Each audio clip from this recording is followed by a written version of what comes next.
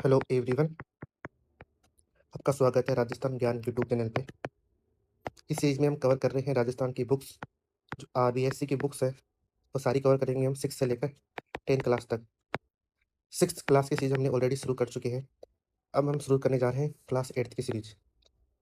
Class 8th की series हमारा राजस्थान ये बुक है, इसका भाग 3rd है। भाग 2nd आपका 7th क्लास, वो भी आपको जल्दी देखने को मिलेगी इस चैनल पर। ये बुक का कवर है हमारा राजस्थान भाग 3 क्लास 8th।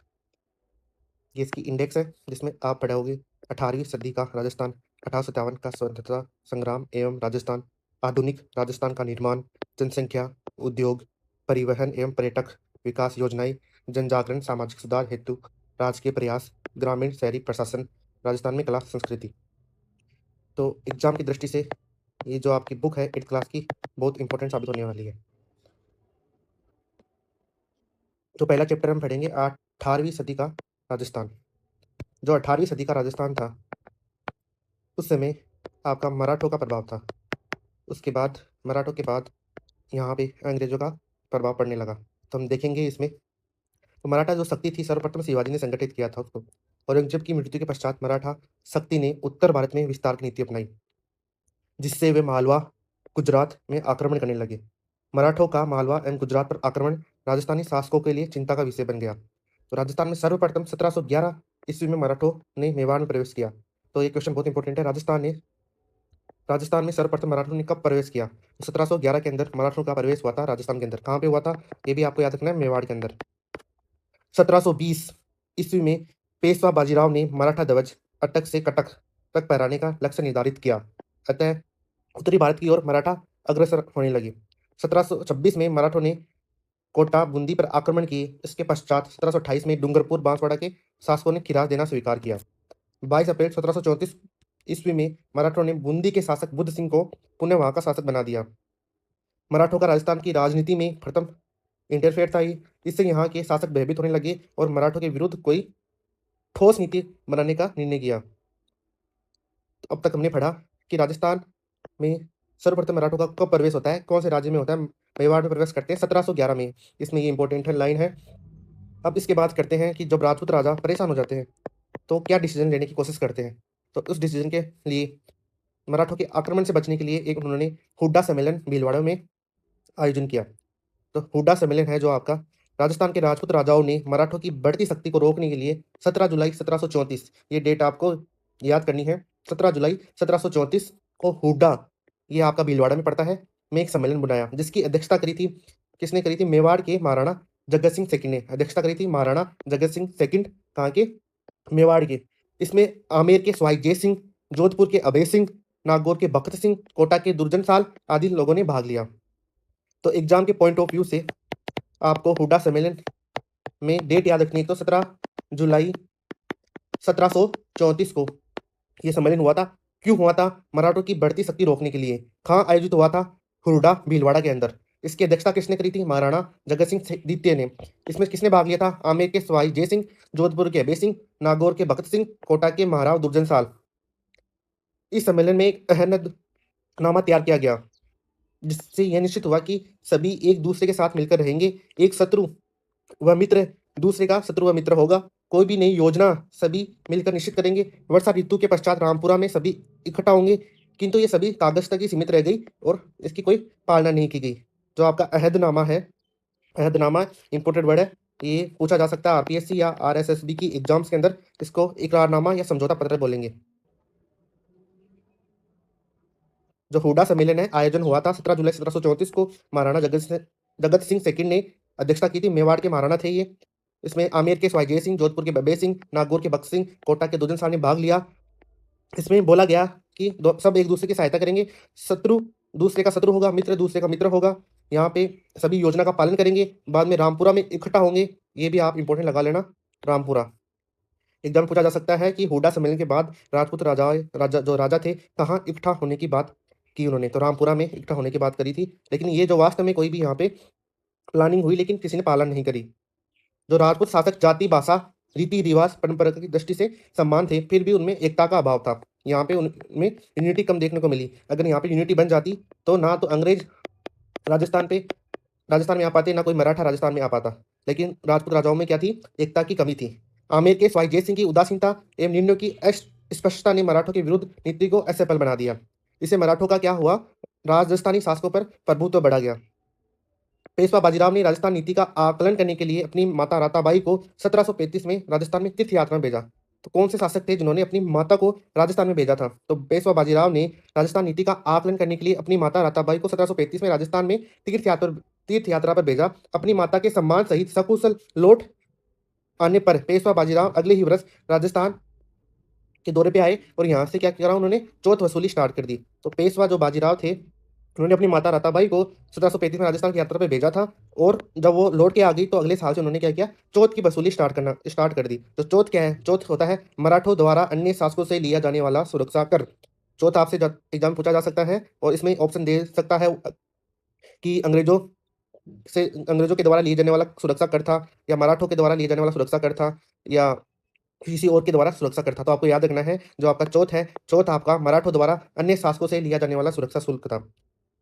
अब बात करते हैं हम राजस्थान के उत्तराधिकारी संघर्ष में मराठों की भूमिका 1743 से लेकर 1750 तक।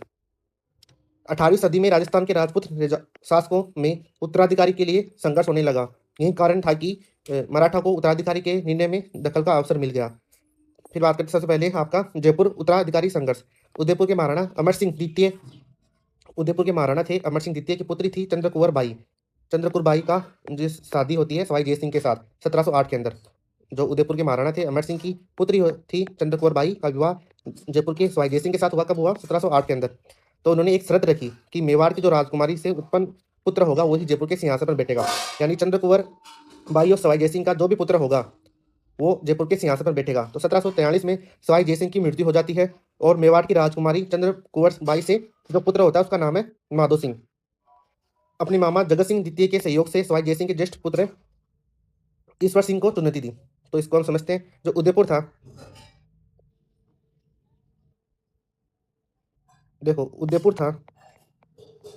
उदयपुर में महाराणा अमर सिंह द्वितीय, इनकी पुत्री होती है चंद्र कुंवर बाई, जिसकी शादी होती है सवाई जय सिंह से। तो इनका एक पुत्र होता है माधो सिंह।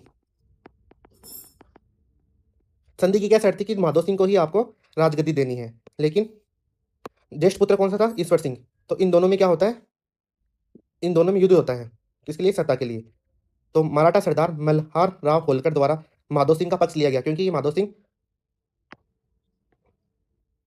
सिंह जो आपका मेवाड़ की राजकुमारी चंद्रकुंवर बाई से उत्पन्न पुत्र था, उसका साथ दिया मराठा मल्हार राव होलकर ने। और उनके बीच में दो युद्ध होते हैं, राजमहल का युद्ध, बगरू का युद्ध। ईश्वर सिंह और माधो सिंह में उत्तराधिकारी संघर्ष के लिए दो युद्ध होते हैं, राजमहल का युद्ध और बगरू का युद्ध, जिसके कारण सेनापति हरगोविंद नाटानी की कुटिलता के कारण जो ईश्वर सिंह था उनको आत्महत्या करनी पड़ी दूसरे युद्ध के बाद।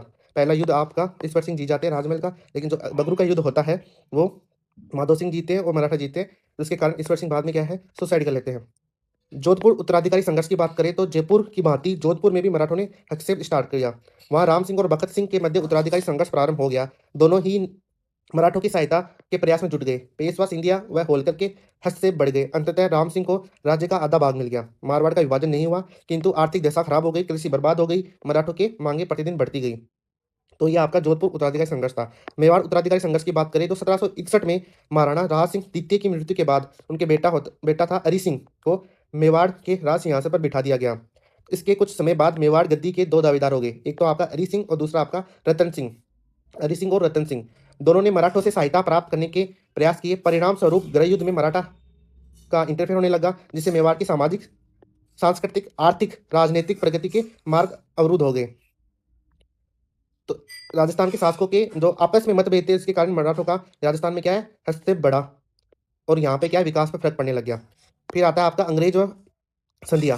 तो मुगल साम्राज्य के पतन और मराठों द्वारा फैलाई गई अराजकता ने राजपूत शासकों, सामंतों तथा प्रजा में राजनीतिक, आर्थिक, सामाजिक अव्यवस्था उत्पन्न कर दी थी। ऐसी स्थिति में राजस्थान की तरफ अंग्रेजों का स्वाभाविक झुकाव हुआ। तो जो मुगल साम्राज्य और मराठों से जो जनता भी परेशान थी और राजपूत शासक भी परेशान थे, तो जो ऑटोमेटिक जाता है फिर झुकाव अंग्रेजों की तरफ गया। और अपनी शक्ति के विस्तार के लिए उन्होंने राजनीतिक, आर्थिक फायदे के लिए राजपूत शासकों ने उनसे क्या है, संधि करने की इच्छा जाहिर की। तो 17 और 18 में राजपूत शासकों से अंग्रेज ने संधियाँ स्टार्ट कर दी थी। सर्वप्रथम तो संधि करती है राजस्थान की भरतपुर रियासत करती है 29 सितंबर 1803 को। 29 सितंबर 1803 को भरतपुर राज्य ने अंग्रेजों के साथ संधि स्वीकार कर ली। 1818 तक सिरोही को छोड़कर सभी ने अंग्रेजों के साथ संधि को स्वीकार कर लिया।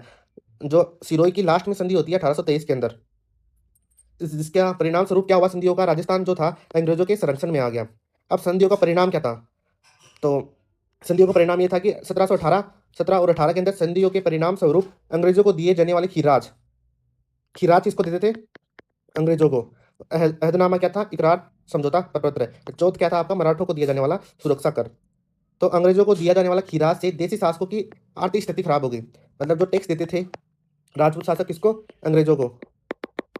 तो उनकी जो आर्थिक स्थिति थी वो खराब होने लग गई। तो अंग्रेजों को शासकों के आंतरिक मामलों में हस्तक्षेप का अवसर मिल गया। अंग्रेजों ने भी शासकों को सामंतों के विशेषाधिकार तथा शक्ति नष्ट करने हेतु दबाव डाला। इससे सामंतों की प्रतिष्ठा को हानि पहुंची। स्वदेशी व्यापार उद्योग हस्तक्षेप नष्ट होने लगी। राजस्थान में ईसाई जो मशीनरी थे, ईसाई धर्म का प्रचार बढ़ने लग गया। इसकी जनसाधारण तीव्र प्रतिक्रिया हुई, जो आगे चलकर क्या हुई? 1857 की क्रांति हुई। ये 3 आपको याद रखने हैं। शब्दावली में अहमदनामा आपका इकरारनामा समझौता पत्र हुआ। चौथ क्या है? मराठों द्वारा जो प्रशासकों से लिया जाने वाला सुरक्षा कर। और खिराज क्या है आपका? कृषि भूमि पर लगने वाला कर। पहला चैप्टर आपका इतना ही है, 18वीं सदी का राजस्थान। अब अगली क्लास में मिलेंगे सेकंड चैप्टर में। धन्यवाद।